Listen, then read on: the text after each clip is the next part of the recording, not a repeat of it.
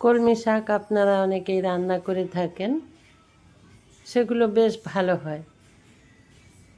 আজ আমি আপনাদের সাথে কলমি শাকের একটা রেসিপি শেয়ার করব। দেখুন, আশা করি সেটা খারাপ লাগবে না। নমস্কার, কেমন আছেন সবাই? আমি মাধবী, রান্না ভালোবাসিতে সবাইকে স্বাগত জানাই। আজ আমি আপনাদের সাথে শেয়ার করব কলমি শাকের একটা রেসিপি। আসুন তাহলে এখন আমরা সেটা দেখে নেব। এখন উনুনে কড়াই বসাবো। কড়াইতে তেল গরম করে নেব। তেল গরম হয়ে যাওয়ার পর কয়েকটা বড়ি ভেজে নেব। এটা বিউলির ডালের বড়ি, বাড়িতে তৈরি বিউলির ডালের বড়ি। সেটা একটু লাল লাল করে ভেজে নেব। এখানে আমি বিউলির ডালের বড়ি ব্যবহার করেছি। আপনারা চাইলে মুসুর ডালের বড়িও ব্যবহার করতে পারেন বা মটর ডালের বড়ি ব্যবহার করতে পারেন, সেটাও খারাপ লাগবে না। বড়ি লাল লাল করে ভেজে নিয়েছি। ভেজে নেওয়ার পর কড়াইতে আবার তেল দিয়ে দেব, অল্প একটু তেল দিয়ে দেব। খুব বেশি তেলে আমি রান্নাটা করব না, অল্প তেলেই রান্না করব। আবার একটু তেল দিয়ে দিলাম। তারপরে এই তেল গরম হয়ে যাওয়ার পর এখানে আজ আমি কোনো রকম ফোড়ন ব্যবহার করব না। প্রথমেই দিয়ে দেব কুচনো রসুন। এই যে দেখুন, 4 থেকে 5 কোয়া রসুন এরকম সরু সরু করে কেটে নেবেন। তারপর তেলের মধ্যে দিয়ে হালকা করে ভেজে নেবেন, লাল করে ভাজার দরকার নেই। এটা যখন হালকা করে ভাজা হয়ে যাবে তখন ওর মধ্যে দিয়ে দেব কুচনো পেঁয়াজ। এখানে আমি একটা গোটা পেঁয়াজ নিয়েছি, সেটা সরু সরু করে কুচিয়ে নিয়েছি। এখন রসুনের ওপর সেটা দিয়ে দেব। রসুন ঠিকঠাক ভাজা হয়ে গেছে, পেঁয়াজ দিয়ে দিলাম। পেঁয়াজ দিয়ে আবারও একটু ভালো করে পেঁয়াজটাও ভেজে নেব, কিন্তু পেঁয়াজও লাল করে ভাজবো না। পেঁয়াজের যখন একটা ট্রান্সপারেন্ট কালার এসে যাবে সেই ততক্ষণ পর্যন্ত পেঁয়াজটা আমরা ভেজে নেব। পেঁয়াজের মধ্যেই নুনটা দিয়ে দিলাম। শাকে খুব বেশি নুন লাগে না, শাকে যতটুকু নুন লাগবে সেই প্রয়োজন মতো নুন পেঁয়াজের মধ্যে দিয়ে দিলাম। আপনারা যারা আমার ভিডিওটা দেখছেন একটা লাইক দিয়ে ভিডিওটা কন্টিনিউ করুন। এই যে দেখুন, এখানে আমি কলমি শাক একটু বড় বড় করে কেটে নিয়েছি। কেটে নেওয়ার পর এটা আমি জলে ভিজিয়ে রেখে দিয়েছিলাম। আর একটু খাবার সোডা দিয়ে দেবেন সেই জলের মধ্যে, দিয়ে ভিজিয়ে রেখে দেবেন। তাতে এই শাকের থেকে সব পোকামাকড় বা যদি কালার ব্যবহার হয়ে থাকে সব কিছু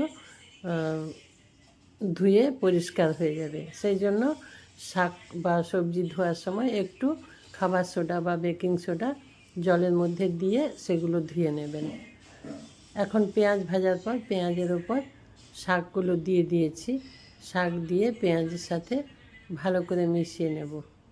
হ্যাঁ, যেটা বলছিলাম, একটু খাবার সোডা বা বেকিং সোডা দিয়ে যদি আমরা সবজিগুলো ধুয়ে নিই তাহলে এখনকার বাজারে যে সবজির মধ্যে রং দেয়া থাকে, অনেক সময় সবুজ রং দেয়া থাকে বা যে রঙের সবজি সেই রঙগুলো ব্যবহার করা হয়ে থাকে। এই খাবার সোডা বা বেকিং সোডাটা দিয়ে ধুয়ে নিলে সবজিগুলো সেই রং বা কীট পতঙ্গ যা থাকুক সেগুলো সব পরিষ্কার হয়ে যায়। সেই জন্য বলছিলাম জলের মধ্যে একটু বেকিং সোডা দিয়ে সবজিগুলো ধুয়ে নেবেন। শাক একটু নাড়াচাড়া করে নিয়েছি, তারপর এখানে হলুদ দিলাম। হলুদ খুব অল্প পরিমাণে ব্যবহার করেছি, এখানে বেশি হলুদ দেওয়ার দরকার নেই। অল্প দিলেও হবে কিংবা নাও দিতে পারেন, অসুবিধা নেই। আমি অল্প পরিমাণে দিয়েছি, দিয়ে আবারও ভালো করে নাড়াচাড়া করছি। এই শাক আজ আমি ঢেকে রান্না করব না, এমনি খোলা অবস্থাতেই রান্না করব। ঢেকে রান্না করলে এই যে সবুজ রঙটা এটা ঠিকঠাক থাকে না, একটু নষ্ট হয়ে যায়, সেই জন্য সবুজ রঙটা চলে যায়, সেই জন্য আমি ঢেকে রান্না করলাম না। এখানে 1.5 চামচ মতো কাঁচা পোস্ত ওপর থেকে ছড়িয়ে দিলাম। হ্যাঁ, এই সবুজ রঙটাকে ঠিকঠাক রেখে রান্নাটা করব, সেই জন্য আমি ঢাকা দিলাম না। এখন পোস্ত দেওয়ার পর আবার কিছুক্ষণ নাড়াচাড়া করে নিয়েছি। তারপর এখানে দিয়ে দেব সেই ভেজে রাখা বড়ি। সেগুলো একটু হাতের মধ্যে এরকম চাপ দিয়ে ছোট ছোট করে ভেঙে গুঁড়ো করে নেবেন। একদম গুঁড়ো নয়, ভেঙে নেবেন। ভেঙে নিয়ে বড়িগুলো দিয়ে দেবেন। এর মধ্যে বড়ি দিলে খুব সুন্দর একটা স্বাদ হয়। যে কোনো বড়ি আপনি দেবেন, দেখবেন খুব সুন্দর একটা স্বাদ হবে। তারপর বড়ি দেওয়ার পর আবারও একবার ভালো করে মিশিয়ে নেব। মিশিয়ে নেওয়ার পর এখানে আমি কাঁচা সর্ষের তেল অল্প পরিমাণে ছড়িয়ে দেব, আর কয়েকটা কাঁচা পাকা লঙ্কা দিয়ে রান্নাটা কমপ্লিট করব।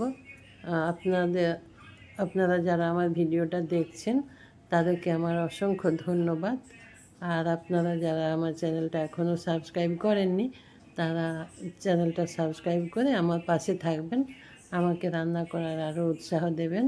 আর এইভাবে কলমি শাক রান্না করে খাবেন, যদি ভালো লাগে অবশ্যই লাইক কমেন্ট শেয়ার করতে ভুলবেন না।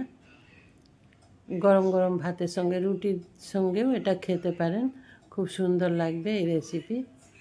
আমার সঙ্গে থাকার জন্য আপনাদের অসংখ্য ধন্যবাদ। ভালো থাকবেন সবাই, সুস্থ থাকবেন। নমস্কার।